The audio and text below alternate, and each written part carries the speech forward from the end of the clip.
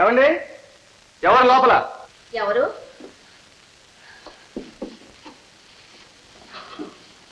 ఎవరు నాయన? భారతమ్మ గారు మీరేనా?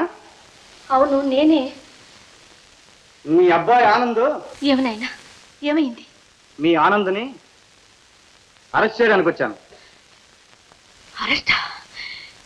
ఎందుకు? ఏం చేశాడని? పోలీస్ ఇన్స్పెక్టర్ ఉద్యోగానికి పంపినవన్నీ దొంగ సర్టిఫికెట్లు, దొంగ సంతకాలు. లేదు బాబు, లేదు. వాడెన్నడూ అలా చేయడు. ఏ ఎందుకు చేయడు? మీ అబ్బాయి అంత నీతిపరుడా? అవును, నీతి న్యాయం తర్వాతే వాడికి ఏదైనా.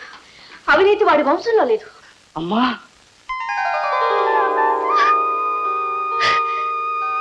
ఆనంద్, నువ్వా?